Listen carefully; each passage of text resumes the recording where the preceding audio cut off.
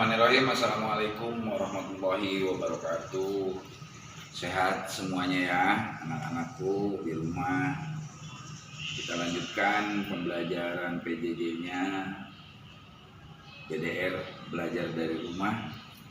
Mudah-mudahan kalian bisa mengikuti kembali apa yang nanti Bapak sampaikan kaitan dengan materi bab 4 di kelas 11 IPA ataupun IPS Sejarah Indonesia.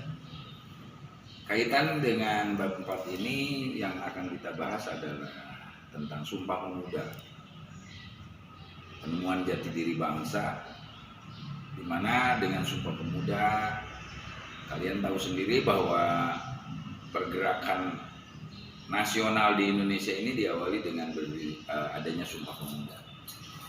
Tetapi sebelumnya Bapak juga akan sampaikan kenapa Sumpah Pemuda ini begitu penting, begitu menjadi titik awal adanya sebuah kesepakatan dari kaum muda Indonesia untuk melanjutkan perjuangan demi membela tanah airnya, demi melahirkan sebuah bangsa. Karena dalam Sumpah Pemuda Anda bisa lihat yang berisi dari 3 poin. Yang pertama menyatakan bahwa bertanah air satu, berbangsa satu, dan berbangsa satu, yakni Indonesia.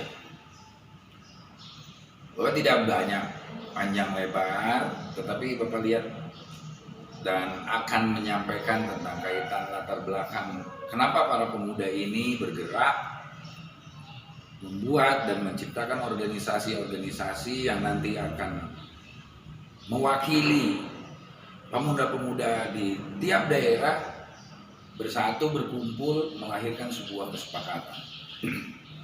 Awal dari lahirnya para pemuda yang mempunyai pikiran luas dan maju kaitan dengan kemerdekaan tidak lepas dari peran serta pihak kolonial juga sebenarnya, di mana pihak kolonial menyadari bahwa ada utang budi kepada bangsa ini, kepada kaum pribumi, kaitan dengan apa yang sudah dia ambil selama pelaksanaan kolonial mereka di Indonesia, baik masa VOC ataupun masa pemerintahan langsung negeri Belanda, dengan kebijakan-kebijakannya yang sudah Bapak kemarin sampaikan di bab 3 kaitan dengan kebijakan pemerintahan kolonial, baik di bidang politik, ekonomi, sosial, budaya, di mana banyak sekali keputusan-keputusan pemerintahan kolonial Belanda untuk memberikan dan membuka akses kepada masyarakat agar sebenarnya tujuannya adalah untuk ekonomi Belanda, tetapi ada ekses atau akibat lain dari dijalankannya politik Belanda tadi. Contoh soal seorang politikus Belanda, Van de Venter, dia berawal dari seorang jurnalis dari Belanda, kemudian datang ke Indonesia, dipekerjakan oleh pemerintahan kolonial. Dia menulis sebuah tulisan esai di koran negeri Belanda tentang adanya hutang budi bangsa Belanda kepada bangsa Indonesia. School kaitan hutang budi inilah nanti yang dijadikan konsep dasar kebijakan pemerintahan kolonial untuk memberikan balas budi kepada bangsa Indonesia, di mana nanti kebijakan pemerintahan kolonial ini berdasarkan usulan dari Van de Venter itu sendiri. Ada trilogi Van de Venter disebutnya. 3 apa yang diusulkan oleh pemerintahan oleh Van de Venter kepada pemerintah nanti dijalankan oleh pemerintah. Ada edukasi, irigasi, dan emigrasi. Belanda nanti melakukan langkah-langkah kebijakan kepada bangsa pribumi tak lepas dari usulan Van de Venter kaitan dengan semakin terbukanya bangsa Eropa terhadap wilayah jajahannya, sehingga ada semacam utang budi dari pemerintahan kolonial kepada bangsa pribumi untuk memajukan bangsa pribumi. Misalnya kita lihat di edukasi, nanti pemerintahan kolonial membuat sebuah kebijakan tentang bersekolah bagi bangsa pribumi. Walaupun sistem sekolahnya ini berbeda, ada yang sekolah bagi bangsa Eropa, ada timur asing, dan baru bangsa pribumi. Jadi sekolahnya sekolah kelas 3. Dan tidak semua bangsa Indonesia boleh melanjutkan ketika dia diberi pendidikan dasar oleh pendidikan kolonial. Hanya orang-orang tertentu dari golongan tertentu saja yang bisa melanjutkan ke sekolah yang lebih tinggi. Sekolah pun namanya lain. Kalau sekolah untuk rakyat, ya sekolah rakyat namanya. Untuk bangsa pribumi. Sedangkan untuk bangsa Eropa ada nama-nama khusus bagi sekolah Eropa dan sekolah timur asing.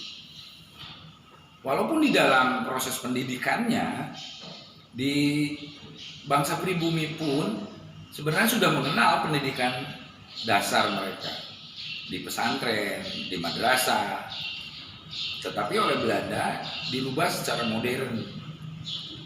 Tetapi golongan keagamaan khususnya yang memang sudah menjalankan sistem pendidikan di masyarakat melalui pendidikan pesantren ini juga diakui oleh Belanda dan untuk diatur oleh Belanda. Nah dari sanalah, karena pendidikan ternyata telah membukakan pikiran bangsa kita untuk mengetahui, melakukan langkah-langkah perubahan demi kemajuan bangsanya. Lahirlah tokoh-tokoh kaum terpelajar Indonesia dari misalnya Cokro Aminoto, Ki Hajar Dewantara, dan lain-lain sebagainya. Dokter-dokter yang lahir dari sekolah pribumi yang nanti bersekolah di sekolah kedokteran Belanda juga banyak.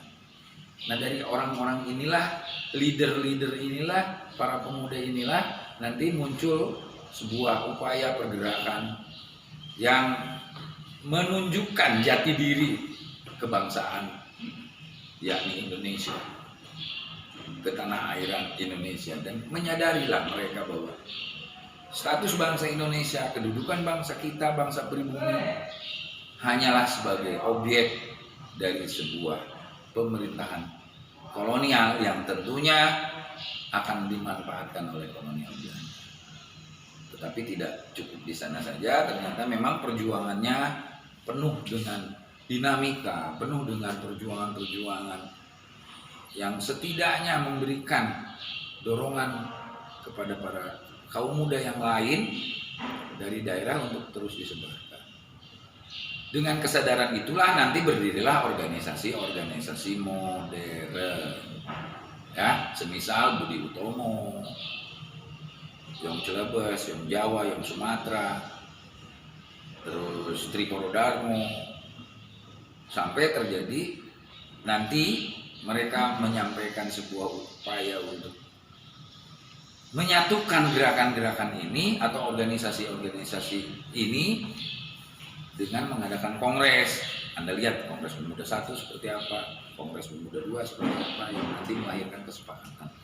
Nah inilah perjalanan bangsa yang sekian puluh tahun dari periode etise, politik, kemudian berdiri sekolah, berkembang sekolah, berdiri organisasi, nanti melahirkan sebuah usulan untuk kaitan dengan keindonesiaan.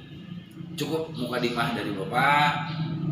Mudah-mudahan kalian di rumah nanti belajar secara mandiri, buka LKS-nya, siapa itu Van de Venter, seperti apa perjuangan Ki Hajar Dewantara, seperti apa Budi Utomo, Trikoro Darmo, dan organisasi-organisasi kepartean yang nanti bisa kalian pilah menjadi 3 sifat. Misalnya organisasi yang bersifat sosial, organisasi yang bersifat pendidikan, organisasi yang bersifat politik.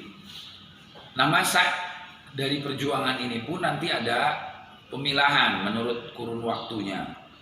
Ada yang bersifat radikal, ada yang bersifat kooperatif, ada yang bersifat non kooperatif. Itu saja dulu. Mudah-mudahan kalian belajar, nanti hal-hal yang berkaitan dengan tugas-tugasnya disampaikan oleh sekolah melalui WhatsApp ataupun Google Classroom. Google Classroom. Oke, cukup ya. Terima kasih. Mudah-mudahan Anda bisa melakukan kajian-kajian kaitan dengan pergerakan nasional ini ataupun Sumpah Pemuda, sebuah penemuan jati diri bangsa, baik melalui tugas mandiri ataupun tugas kelompok yang nanti disampaikan melalui WhatsApp ataupun Google Classroom. Billahi taufiq wal hidayah. Wassalamualaikum warahmatullahi wabarakatuh.